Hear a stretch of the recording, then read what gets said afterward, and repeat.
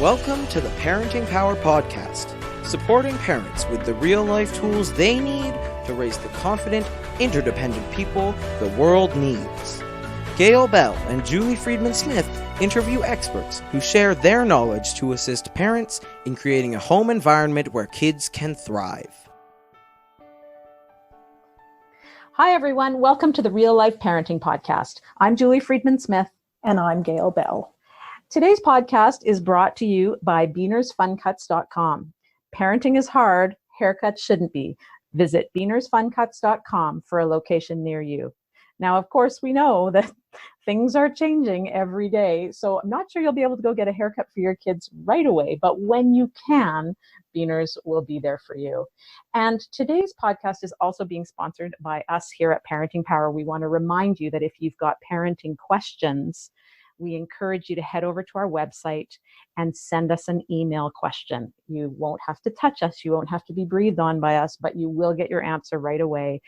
So today we're talking about strategies to help families who are all staying at home in the same house during this COVID-19 situation.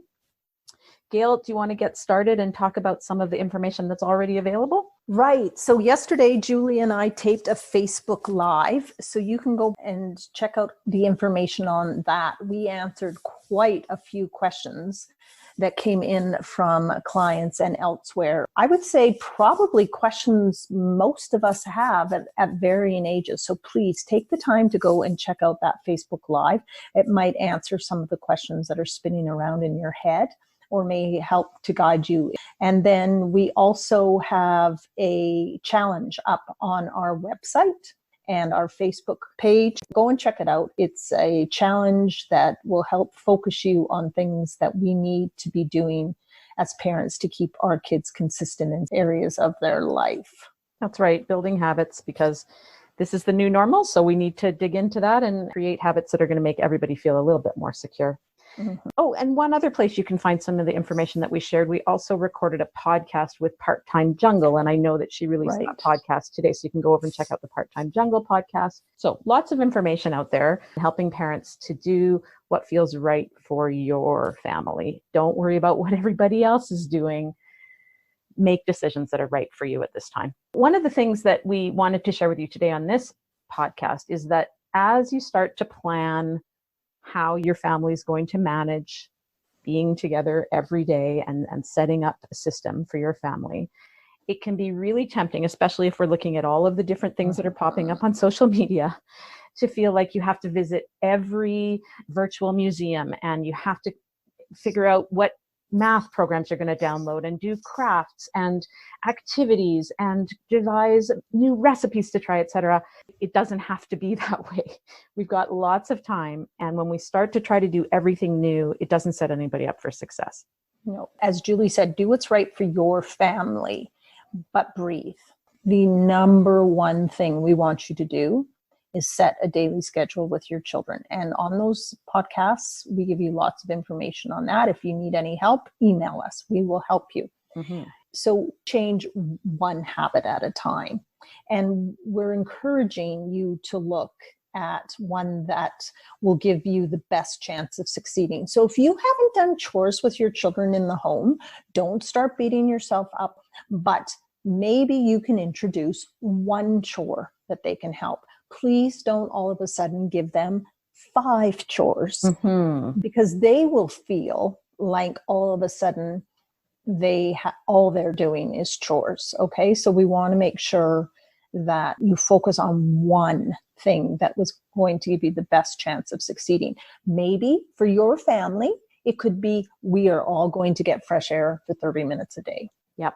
And as you mentioned the other day, for some families, especially with young children, everybody going outside and getting fresh air together as a family makes sense. Right. However, if we've got older kids, maybe the change is that we're all going to be outside for 30 minutes every day. And how are we going to do this? Because maybe your teenagers don't want to hold your hand to go for a walk every day. Thinking they don't. I'm thinking they don't even just want to go for a walk with you every day. Maybe one day a week. Yeah, exactly. So it's really about making the change, figuring it out, working with everybody to figure out how it's going to happen, maybe letting them know what time it's going to happen as opposed to just springing it on them. And then get that habit working. And then when that's working, then we introduce a new one. We're here for the long term. So it's okay to take your time and build these things in rather than having everybody feel like even more new stuff is bombarding them. Exactly. And then whatever we decide to do as a family, as our unique family, we need to keep that consistent, because your kids may test initially, because some kids are thinking, wow, I've got 3 months off, and that's maybe where they are right now. So we have to move slowly, but we want to keep that consistency in their lives, because in the long run, this is what's going to help us all. So the two things we really want you to think about: sleep and meal times. All right. Because I've talked to some clients already, and their teenagers are up till 1 and then waking up at 11. And that's not healthy sleeping. You know, whether they're getting their 10 hours or not, or their 9 hours, that's still not healthy sleeping. No, and it's really not contributing to the family, because the rest of us are still getting up at 6 o'clock or 5:30 or whatever time so that we can do our chores and do our work. We need to really communicate that clearly, not in the heat of the moment, but sit down and say, here are the guidelines. How do you make it work within those guidelines? So yeah, sleep is important. Meal times are important, and scheduling those can be really helpful, because eating out of boredom, it's easy to fall into that habit. So if we know and we're maintaining that consistency for our kids and for ourselves, then we're really supporting ourselves in being healthy and strong and resilient to be able to manage all of these new things which are becoming the norm. That's right.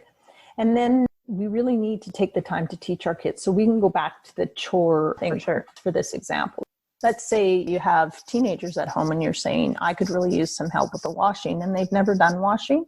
And you send them in to do the washing, and they might make a mess of that. So take the time to do it with them, maybe once, twice, even 3 times. Do it with them and set them up for success, or have them only do the darks. Or there's so many alternative and choices here if we think about it, to set our kids and ourselves up for success. But make sure that we take the time to do it with them. Don't send a 5 and a 6-year-old downstairs to clean up their toys and then be frustrated that it wasn't cleaned the way you thought it might be.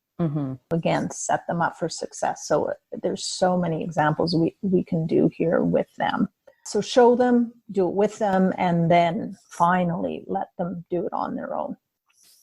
Yep, there's lots of time to do that. And once again, just before we go, be kind to yourself. Take it easy. For anybody listening in Calgary, spring break is set to start next week. So you may want to give yourselves that idea of spring break as well, to an extent, and not be pressuring yourself to jump on the education bandwagon. There are lots of resources available, and Gail and I are happy to help you with that. And we'll be sharing things on our Facebook page as well. And parents, hang tight. Schools have already, some schools have started to post work now. Yes. Other schools are waiting till after spring break. There's no right or wrong here. I think everybody's trying to do what they think is right. It will come. It will be there after spring break. So again, that's another thing, just to breathe. You can always play games. You can always read with your kids, have your kids read. It's coming. Yeah, exactly. So you know where to find us. You can always find us through the website, our Facebook page, our Instagram, our Twitter. Everything is Parenting Power. We look forward to talking with you again soon. And thanks for tuning in for this episode of Tools for the Trade. We hope that you've enjoyed this episode of the Real Life Parenting Podcast. If you're looking for more real life parenting tools, then please sign up for our weekly Thoughtful Thursday email newsletter. It's free and it's really good. Just visit our website, parentingpower.ca, to subscribe. While you're there, check out our book, A Year of Intentional Parenting. Like this podcast, the book was created to help you feel confident, capable, and calm. Thanks so much for listening, and we look forward to connecting with you again right here every Monday.